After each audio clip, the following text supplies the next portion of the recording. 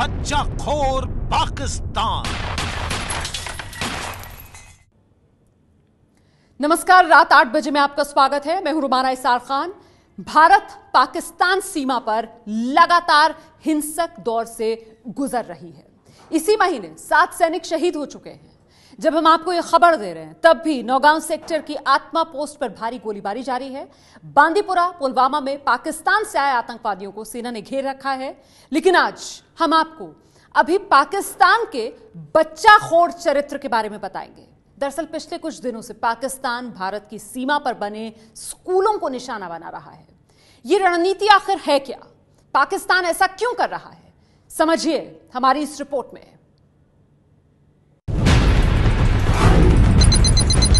भारत पाकिस्तान सीमा। मंगलवार दोपहर का वक्त एलओसी के पास नौशेरा सेक्टर का इलाका। पाकिस्तान गोले बरसा रहा है। दहशत में है गांव के लोग। गोलों से छलनी पड़े हैं घर। जगह जगह बिना फटे पाकिस्तानी गोले बिखरे हुए हैं। ऐसे दहशत भरे मौत वाले माहौल में एलओसी से आधा किलोमीटर दूर भवानी गांव का सरकारी स्कूल की छुट्टी होने वाली थी, तभी 100 मीटर दूर गिरता है पाकिस्तान का बम। सहम कर बच्चे स्कूल से भागते हैं। नहीं और छिप जाते हैं क्लासरूम में बेंच के नीचे। पाकिस्तान के निशाने पर भारत के स्कूली बच्चे।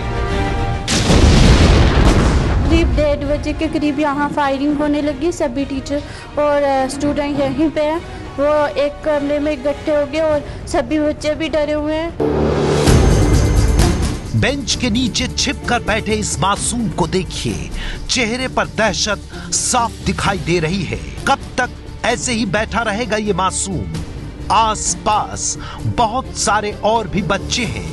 उनके स्कूल बैग बेंच के ऊपर रखे हैं और ये बच्चे बेंच के नीचे छिपे हुए हैं इस डर से कि कहीं पाकिस्तान के किसी बम से उनके स्कूल की छत उनके ऊपर न गिर जाए।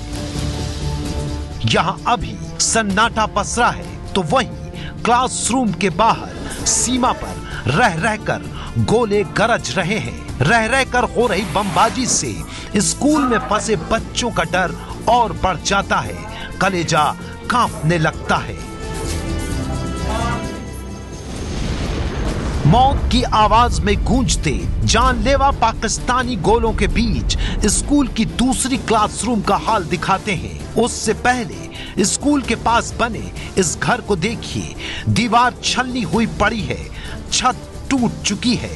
पाकिस्तानी बमों ने घर को तहस नहस कर दिया है। ये तस्वीरें आपको इसलिए दिखा रहे हैं ताकि आपको यह अंदाजा लग सके कि जिस वक्त बच्चे क्लास में छिपने को मजबूर थे उस वक्त बाहर क्या हो रहा था। सोचिए, इस दीवार में जितनी गोलियों के निशान हैं, इस घर की छत को गिराने में जितने बारूद का इस्तेमाल हुआ होगा, उससे निकली आवाज ने इन मासूम बच्चों का क्लासरूम के भीतर क्या हाल किया होगा। इस क्लास में देखिए 1, 2, 3, 4 और ऐसे ही 18 बच्चे सिमट कर बैठे हुए हैं। कुछ दीवार से चिपक कर तो कुछ बेंच के नीचे। उससे बगल वाली क्लासरूम में लड़कियां बेंच के बीच जगह पर बैठी हैं। तभी धमाके की आवाज सुनाई देती है। 3 क्लासरूम, दर्जनों बच्चे, लेकिन सबके चेहरे पर दहशत एक जैसी। 7 घंटे तक बच्चों को इसी तरह क्लासरूम में दुबक कर बैठना पड़ा और बाहर पाकिस्तान के बमों की आवाज और उसकी बारूद गांव को तबाह करती रही। जगह जगह पाकिस्तान के फूटे और बिना फटे बम के गोले देखे जा रहे हैं। स्कूल के इर्द गिर्द फट रहे पाकिस्तान के बमों ने इस बार अपनी दिशा बदली है। आपको बता दें कि जब ये बच्चे दहशत में स्कूल में छिपकर बैठे थे, उस वक्त इनके आसपास के इलाके में ऐसी तबाही मची जिसे देखकर ही आपका कलेजा कांप जाएगा। और स्कूल में छिपे बच्चों का ये वीडियो उसी वक्त स्कूल के किसी कर्मचारी ने ही बनाया है। एक दिन बाद एबीपी न्यूज संवाददाता अजय बाचलू उसी स्कूल में पहुंचे जहां बच्चों को दहशत के बीच 7 घंटे गुजारने पड़े थे।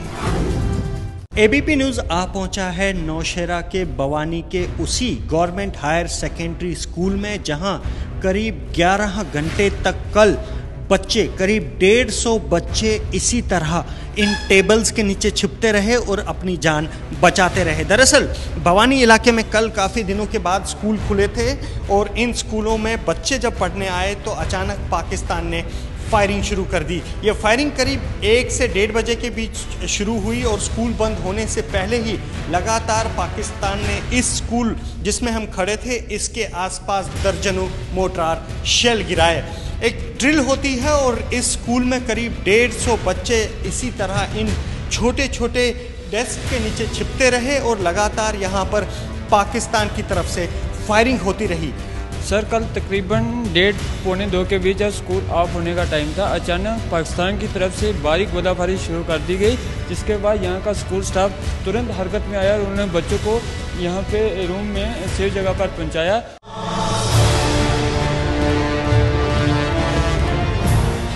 करीब 150 बच्चे उस वक्त इस स्कूल में थे। स्कूल की छुट्टी 2 बजे होती है, लेकिन उससे ठीक आधे घंटे पहले ही गोलों की आवाज सुनाई देने लगी। नहीं यार। स्कूल के प्रिंसिपल कुलदीप बता रहे हैं जब बम की आवाज सुनकर बच्चे रो रहे थे और उन्होंने किसी तरह बच्चों की हिम्मत बंधाई।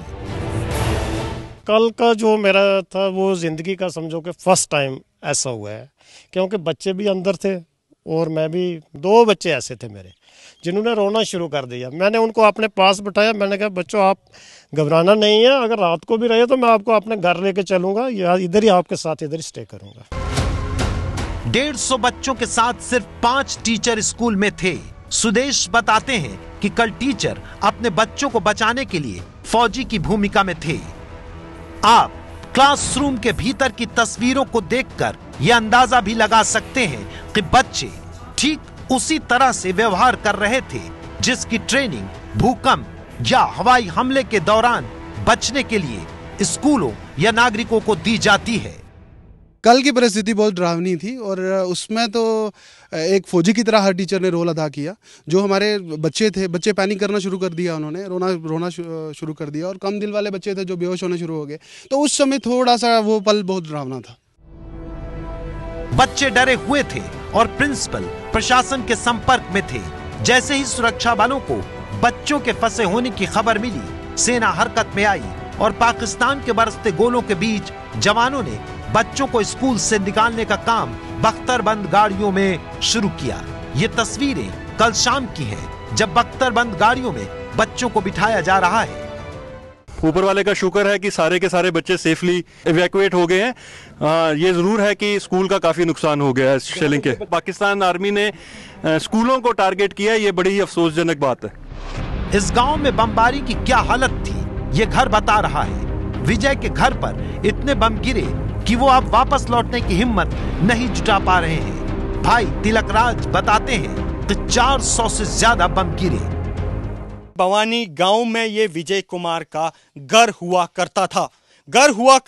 सिर्फ मैं इसलिए बोल रहा हूं क्योंकि अब इस जगह पर घर जैसी कोई चीज बची नहीं है। मेरे ऊपर जो आप खुला आसमान देख रहे हैं, यहाँ पर टीन की छत होती थी जिसके नीचे विजय कुमार अपना काम करते थे। लेकिन वो छत जो है वो कहां आकर गिरी है ये आप अपने टीवी स्क्रीन पर देखिए। शेड के नीचे 4 पशु थे विजय कुमार के, और इस शेल के फटने से वो चारों पशु जो हैं वो मारे गए हैं। और अब इस घर में सन्नाटा है क्योंकि विजय कुमार अब इतनी हिम्मत नहीं जुटा पा रहे कि वो इस घर में वापस आए। विजय कुमार और उसकी मिसेज थी, वो ऊपर वाले कमरे रिहायशी में रहते थे, एक बेड के नीचे बड़े रहे। 1:30 बजे फायर शुरू हुआ था सर, 10:30 बजे रात को बंद हुआ। कल से पहले 2 दिन तक नौशेरा में बारिश हुई थी, इस वजह से जमीन गीली है। यही वजह है कि कई जगह जिंदा बम भी कैमरे में हमें दिखाई दिए। इसके बावजूद जो बम घरों में गिरे उनसे दीवारों में सुराख हो गए। हम इस समय नौशेरा के बवानी गांव में हैं। चानन लाल जी का घर है, और चानन लाल जी जिन्होंने 1965-1971 की जंग देखी है, उनके लिए बीती रात यानी कि मंगलवार की रात किसी जंग से कम नहीं थी। सबूत ये आपके सामने पड़े हैं किस तरह से पाकिस्तान ने 120 mm मोर्टार शेल यहां पर रिहायशी इलाकों में दागे हैं, और उनसे क्या हश्र हुआ है ये आप टीवी स्क्रीन पर देख सकते हैं। 1965 और 71 के भारत पाकिस्तान युद्ध को देख चुके चनन सिंह मानते हैं कि ये किसी युद्ध से कम नहीं है। जरा सोचिए, ऐसी हालत में स्कूल में छिपे बच्चों का क्या हाल हुआ होगा। 400 बम की आवाज के बीच इन बच्चों ने अपनी जिंदगी के बारे में क्या सोचा होगा। नौशेरा में कल 3 स्कूलों के 217 बच्चों को इन्हीं धमाकों के बीच रेस्क्यू किया गया।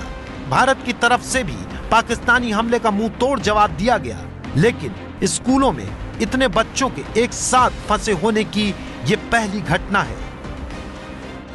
हताश होकर के वो भिन्न भिन्न प्रकार की स्ट्रेटेजियों को अपनाने का प्रयास करेंगे, परंतु हमारे सेना बलों और सेना बलों में इतनी क्षमता भी है और इतनी निष्ठा भी है कि वो किसी भी चुनौती को निपट सकते हैं। अब आप सोच रहे होंगे कि हम पाकिस्तान को बच्चाखोर क्यों कह रहे हैं। पाकिस्तान, तो अब उसकी भी वजह सुन लीजिए। पाकिस्तान ने इस साल अब तक 223 बार युद्ध विराम का उल्लंघन किया है, लेकिन खुले स्कूलों पर हमले की यह पहली घटना है। इससे पहले 2 बार और पाकिस्तान स्कूलों को निशाना बना चुका है, लेकिन तब प्रशासन ने एहतियातन स्कूल बंद करवा रखे थे, या फिर रात के वक्त हुए हमले के गोले स्कूलों पर गिरे। लेकिन इस बार ऐसे वक्त स्कूल के करीब धमाके हुए जब बच्चे घर जाने वाले थे। ऐसे में पाकिस्तान बॉम्बिंग के निशाने पर आए बच्चों की वजह से ही हमने पाकिस्तान को बच्चाखोर कहा है। वैसे ये वही पाकिस्तान है जिसकी जमीन पर स्कूली बच्चों पर सबसे नृशंस हमला हुआ था। पेशावर में स्कूल पर आतंकियों ने हमला किया था। भारत ने इसकी पुरजोर निंदा की थी। भारत में इसके विरोध में मार्च भी निकाले गए थे। तब पाकिस्तान के ही बच्चों ने आतंकियों के खिलाफ एक गीत तैयार किया था, जो अब बच्चाखोर पाकिस्तान पर बिल्कुल ठीक बैठता है।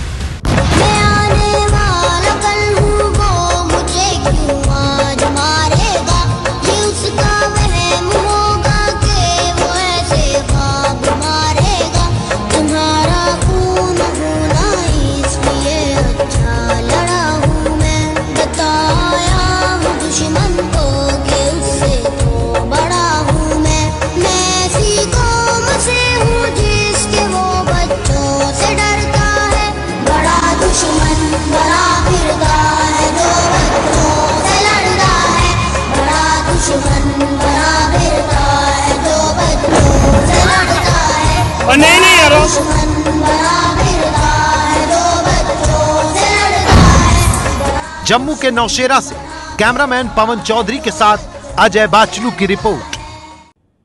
और एबीपी न्यूज पर अब हम आपको राजस्थान के एक ऐसे गांव की कहानी दिखाएंगे जहां आजादी के 69 साल बीत जाने के बाद भी छोटे छोटे बच्चे मजबूरी की नाव पर बैठकर नदी पार करते हैं और फिर स्कूल पहुंचते हैं। ये रिपोर्ट देखिए। मजबूरी की नाव में सवार छोटे छोटे मासूम बच्चे, एक हाथ में जूते, दूसरे हाथ में टिफिन। और कीचड़ में चलते नन्हे पैर, जान जोखिम में डालकर लकड़ी की नाव पर बैठते बच्चे, मांगली नदी के उस पार बच्चों के लौटने का इंतजार करते माँ बाप। ये सारी तस्वीरें राजस्थान के बूंदी जिले के बरुंधन गांव की है और मांगली नदी को पार करके ये सारा संघर्ष हो रहा है स्कूल जाने और फिर वापस सुरक्षित घर लौट आने के लिए। राजस्थान के बरुंधन गांव में बड़ा और आधुनिक सरकारी स्कूल है। आसपास के गांव में स्कूल नहीं है, इसीलिए बच्चे बरुंधन गांव में पढ़ने आते हैं। दोनों गांव के बीच में मांगली नदी पड़ती है जिस पर कोई पुल नहीं है। बच्चे लकड़ी की नाव में नदी पार करके स्कूल जाते हैं। अब जरा इस तस्वीर को देखिए जिसमें स्कूल की छुट्टी के बाद सारे बच्चे हाथ में जूते और टिफिन लेकर कीचड़ को पार करते हुए नाव की तरफ बढ़ रहे हैं, क्योंकि उन्हें अपने घर इस नदी को पार करके ही जाना है और कोई दूसरा रास्ता भी नहीं है। ये बच्चे भी मानते हैं कि इनके साथ कभी भी कोई भी हादसा हो सकता है। नाव में बैठ के आते हैं तो बहुत डर लगता है। बाढ़ आती है तो हमें भी बहुत परेशानी होती है, पढ़ने नहीं जा सकते। सरकार से प्रार्थना है कि हमें जल्दी से जल्दी पुलिया का निर्माण कराए। दूसरी तस्वीर में इस पुरानी और लकड़ी की नाव को देखिए जिसमें इतने सारे लोग बैठ गए हैं। ना इन्हें कोई देखने वाला है और ना ही डूबने से बचाने वाला। बाढ़ आ जाए या नाव इनका वजन न झेल पाए तो पलक झपकते ही एक बड़ा हादसा हो सकता है। और तो और इस नाव को खुद ही इस रस्सी के सहारे खींचकर उस पार जाना पड़ता है। आरोप है कि प्रशासन नदी पर पुल बनाने की तरफ ध्यान ही नहीं देता। यहाँ पर कोई सुविधा नहीं है। जो भी सरकारें आती है, जो भी शासन आता है वो अदा करके चला जाता है। आज दिन तक किसी ने भी यहाँ पर पुलिया बनाने की कोशिश नहीं की है। बूंदी जिले के बरुंधन गांव में नाव से नदी पार करके स्कूल जाने के दौरान कई हादसे हो चुके हैं। प्रशासन से कई बार पुल के लिए गुहार भी लगाई गई, लेकिन फिर भी पुल का कोई काम शुरू नहीं हो सका। शायद प्रशासन यहाँ किसी बड़े हादसे के होने का इंतजार कर रहा है। नदी के पार खड़े अभिभावकों की इस तस्वीर को देखिए। वो रोजाना इस तरह अपने बच्चों के स्कूल जाने और लौटकर आने का इंतजार करते हैं, जैसे उन्हें किसी हादसे का डर सताता रहता है। इसीलिए छुट्टी से पहले ही वो बच्चों को लेने नदी के किनारे पहुंच जाते हैं। जब बच्चे नदी पार करके उनके पास पहुंच जाते हैं तो वो राहत की सांस लेते हैं। ये भारत देश की वो तस्वीरें हैं जिसे देखने के लिए शायद नेताओं और सरकारों के पास चश्मा ही नहीं है, क्योंकि अगर होता तो आज इन छोटे छोटे मासूम बच्चों को अपनी जान जोखिम में डालकर स्कूल जाने के लिए मजबूर नहीं होना पड़ता। सरकार जनता से शिक्षा और सुविधाओं के नाम पर खोखले वायदे करती है। उम्मीद है इन तस्वीरों को देखने के बाद वो इन पर गौर करेगी और इन बच्चों के स्कूल जाने के संघर्ष पर विराम लगेगा। ऐसे में रिपोर्ट देखकर आपके मन में भी यही बात आ रही होगी कि बच्चे बचेंगे तभी तो पढ़ेंगे। ये है एबीपी न्यूज़, आपको रखे आगे।